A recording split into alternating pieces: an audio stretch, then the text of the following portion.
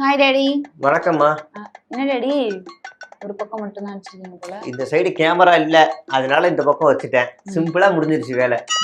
Okay daddy. ஆனா நீங்க சிம்பிளா போக மாட்டீங்க, திரும்ப திரும்ப வந்துகிட்டே இருக்கீங்க சேனலுக்கு. அது தரித்திரம் பிடிச்ச மாதிரி ஆயிருமா நான் விட்டு போயிட்டேன்னா. நீ பாரு, நமக்குலாம் வெக்கமான சூடே இல்லை. நான் கட்சியில சேர்ந்ததுக்கு அப்புறம் இண்டிபெண்டன்ட் சேனல்ல QR கோட போடுறேன்னா எவ்வளவு பெரிய மோசமானவனா இருப்பாரு. அதை நம்பி காசு கொடுக்குறவங்க நிலைமை யோசிச்சு பாருங்க. ஆமா ஆமா, அது ஆக்சுவலா மேபி நம்மள ஒரு ஒயிட் மணி டிரான்சாக்ஷனா கூட நம்ம யூஸ் பண்ணிக்கலாம். பட் அதுக்காக நம்ம இண்டிபெண்டன்ட் ஜேர்னலிசமா, நான் கட்சி இருந்தாலும் சரிமா, நான் இங்க ஒரு நியூட்ரலான ஒரு நடுநிலையா தான் இருப்பேன். கட்சியெல்லாம் வேறமா, பட் நான் இங்க நடுநிலைமா. நம்பி தொலையணும், நீங்க நம்ம நாசமா போயிருவீங்க இல்லைன்னா. இன்னைக்கு புதுசான ஹாட் டாபிக்ல ஆரம்பிக்கிறேன். காங்கிரஸ் என்ன டாடி பண்றாங்க? திமுகவை கழட்டி விட்டாங்களா? இல்லம்மா, ஆக்சுவலா அவங்க குவாட் பண்றது ஒரு ரொம்ப நியாயமான நேர்மையானதுமா. 34 MLAs இருந்தா ஒரு MP கேண்டிடேட் அவங்களால தேர்வு செய்ய முடியும். ஸோ அவங்க வந்து ஒரு 35ல இருந்து 39 கொடுங்க, நாங்க ஆல்மோஸ்ட் 34 வந்துடும், அப்ப நாங்களே ஒரு MP செலக்ட் பண்ணிக்கிறோம். அவங்க கேட்கற நியாயமா. நீங்க இந்த கான்செப்ட் நம்ம தலைவர் விஜய் சொல்லியிருக்காருமா. ஆட்சியில பங்கு அதிகாரத்துல பங்குன்னு சொல்லியிருக்காரு. இப்ப நீங்க காங்கிரஸ் நம்ம கூட 100 சீட்டு கொடுப்போம். கொடுப்பீங்களா? எஸ், நம்ம கூட 100 தொகுதியில நிக்க வைக்கிறதுக்கு ஆள் இல்ல. வந்து தொலைங்கடா, வாங்கடா வாங்கடா என் தங்க குட்டிங்கன்னா கொடுத்துருவார் விஜய். அப்ப செல்வ பெருந்தகையோ இல்ல ராகுல் காந்தி நியமிக்கிற ஒருத்தவங்க தான் சிஎம்னா ஒத்துப்பீங்களா டாடி?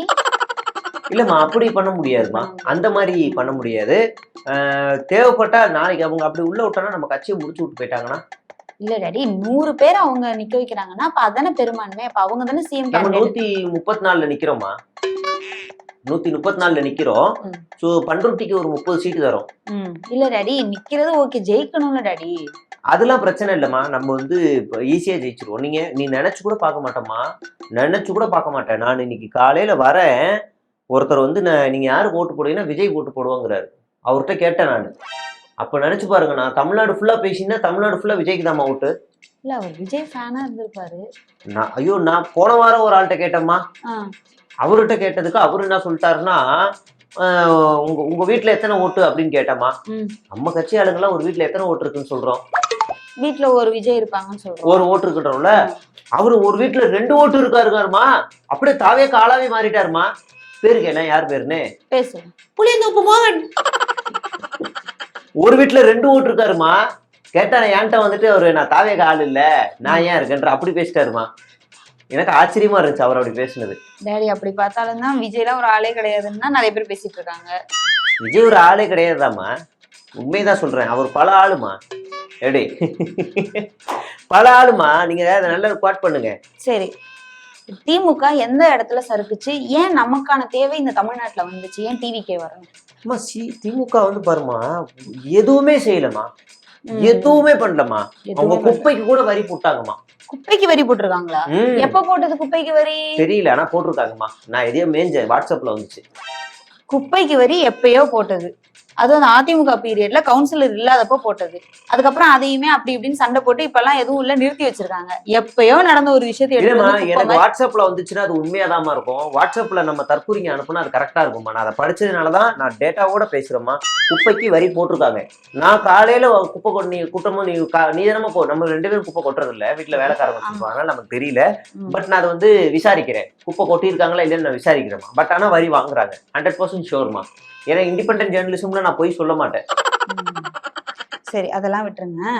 இப்போ தேமுதிக அவங்க அங்க போயிட்டாங்களே, என்ன சந்தோஷமா இருக்காங்களா? உங்களுக்கு தேவையானதா கிடைக்குதா? ஆக்சுவலா அவங்க உண்மையிலேயே ரொம்ப சந்தோஷமா வருத்தமா இருக்கிறாங்க. ஏன்னா அவங்க குவாட் பண்ணது 5 சீட்டு பிளஸ் 2 நம்ம பேசியிருக்கோம், 1 பேசியிருக்காங்க போல. நாங்க அவ்வளவு கொடுக்க முடியாதுங்க, இல்ல எங்களுக்கு வாய்ப்பு இல்ல, ரொம்ப கம்மியா இருக்கு, தர முடியாதுங்க அப்படின்னு அவங்க பேசியிருக்காங்க. இது நீங்க தரேன்னு சொல்லி தானே நாங்க வந்தோம். நாங்க இப்படின்னா என் தம்பி விஜய்க்கே போயிருப்போமே. அந்த பாயிண்ட் வருமா, தம்பி விஜய்க்கே போயிருப்போம் அப்படின்னு அவங்க சொன்னாங்கம்மா. சொன்னாங்க, சொல்லியிருக்காங்க. அப்புறமா வந்து நீங்க இங்க வாங்க, டெபுட்டி சிஎம்ஏ தரணும் விஜய் நான் சொல்லியிருக்காரு. டெபுட்டி சிஎம்ஏ தரேன் இருக்காரு. ஒரு கட்சியில 3-4 டெபுட்டி சிஎம் இருக்கலாம்.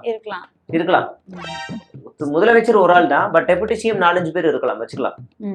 சரி, இவங்க என்ன சொல்றாங்கன்னா, விஜய் வந்து எந்தெந்த இடத்துல எங்கெங்கெல்லாம் பேசுறாரோ அன்னைக்கு பயத்துல திமுக ஏதாவது ஒரு நலத்திட்ட உதவி கொடுக்கறதோ இல்ல ஏதாவது காசு கொடுக்கறதோ ஏதோ பண்ணிக்கிட்டே இருக்கு, திசை திருப்புது கவனத்தைன்னு சொல்றாங்க. அது உண்மையா டாடி?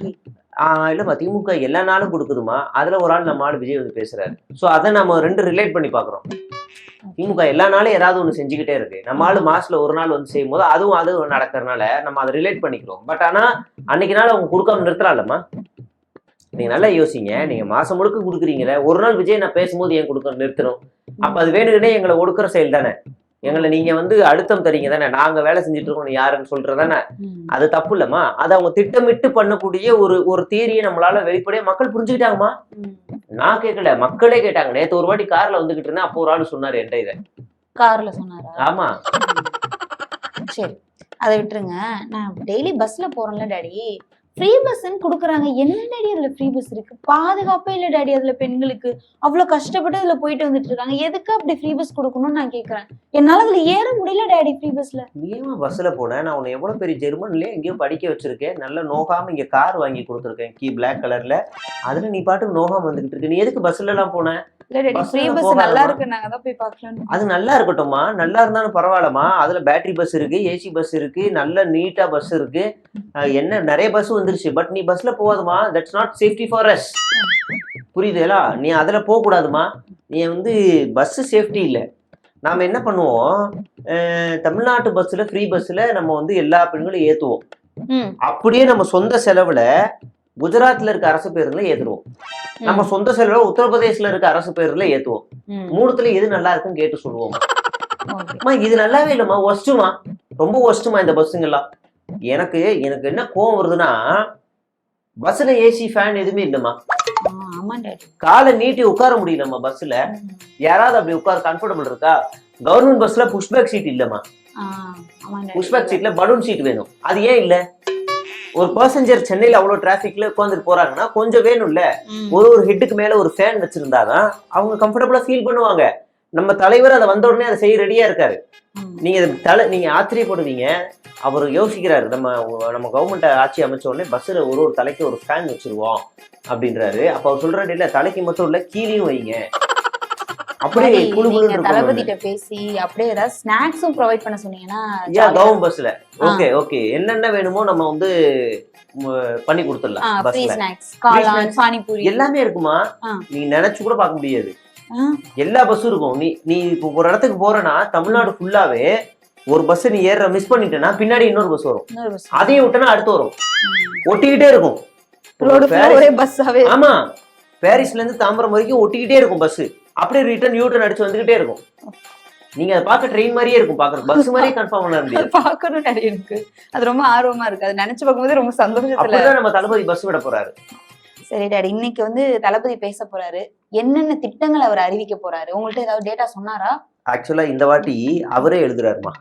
போன வாட்டி எல்லாரும் கேட்டு சஜஸ்ட் பண்ணாரு. ஃபுல்லா ஸ்பெல்லிங் மிஸ்டேக்கா இருக்குமே. இல்ல அவரு புரியும், டாக்டர் கையெழுத்து மாதிரி அவருக்கு புரியும். அவரே எழுதி அவரு அந்த பர்சனல் விஷயத்த தொடாம, ஆனா அதை தொட்டு ஒரு டாட்டிக்ஸை யூஸ் பண்ண போறாருமா. பக்காவா பண்ண போறாரு. ஆமாமா, பர்சனல் விஷயத்த தொடாம ஆனா அது கன்வே ஆயிருமா. அந்த மாதிரி ஒரு ஸ்ட்ராட்டஜியை வந்து அவர் வந்து பக்காவா பண்றதுக்கான எல்லா பிளானும் அவர் வந்து பண்ணிட்டாரு. நானே கேட்டேன், கொஞ்சம் காட்ட முடியுமான்னு. நோ நோ நோ அப்படின்னு என்கிட்ட செல்லமா அப்படி சொல்லிட்டாரு. ஐயோ, நான் ஷாக் ஆயிட்டேன். இவ்வளவு சீக்கிரம் இவ்வளவு மனுஷன் இவ்வளவு கியூரியல் டைம்ல இவ்வளவு ஸ்பெஷலா டக்குன்னு ரெடி ஆயிட்டாரு ஒரு மனுஷன் பாலிடிக்ஸ்குள்ள.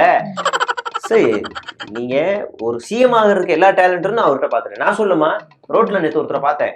அவர் சொன்னாரு அவர் முதலமைச்சர் ஆகலாங்க, அவர் ஏங்க ஆக முடியாது, அவர் எல்லாத்தையும் அவர் சொன்னாரு. நான் சொல்லுமா, நான் சொன்னா கூட நான் ரோட்ல ஏன் போனா நாளைக்கு இல்லம்மா, நாளைக்கு ரோட்டுக்கு போக வேண்டிய நிலைமை வரும். அதுக்கு ட்ரைனிங் எடுத்துக்கிட்டேன். அதாவது நான் போனேன், அவரா சொன்னதுதான். இப்ப நான் சொன்னா அது ஒரு கட்சி ஆளுன்றுவாங்க. நான் அதனால அவர் சொன்னதை எடுத்துட்டு வரேன். நான் அவர் சொன்னதுக்கு ஏதாவது ஆதாரம் இருக்கா?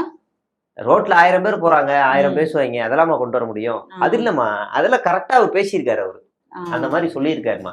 சொல்லுமா, வேற என்ன கேள்வி? மார்ச் 8ஆம் தேதி வந்து சென்டிமெண்டா வந்து நாங்க தேர்தல் அறிக்கை வெளியிட போறோம் இருக்காரு. அதுல என்ன ஸ்பெஷல் இருக்கு? மார்ச் 8 என்ன நாள்மா? மகளிர் தினம். அந்த நாள் அவர் அழகா டச் பண்றாருமா.